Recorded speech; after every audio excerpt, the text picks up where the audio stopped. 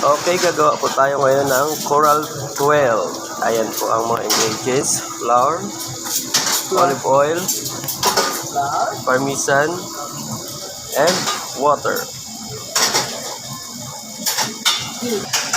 Pagsamasamahin lang po natin yung mga ingredients.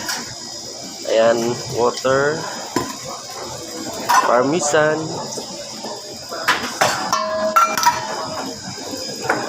flour,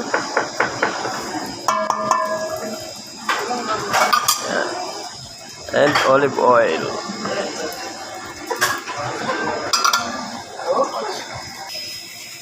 Okay, hahaluin natin siya gamit ang hand blender. Ayan po, ito na.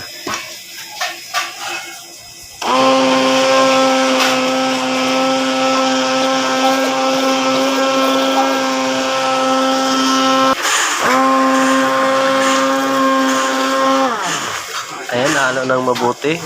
Pwede na natin itong lutuin sa frying pan. At ngayon, sandihan natin ang kalan at gagamit tayo nitong frying pan.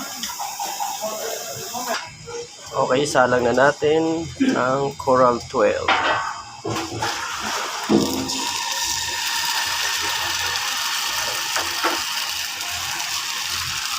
Ayan guys, hindi lang masyadong lumilog kasi ako lang din ang video. At hinaan natin yung apoy.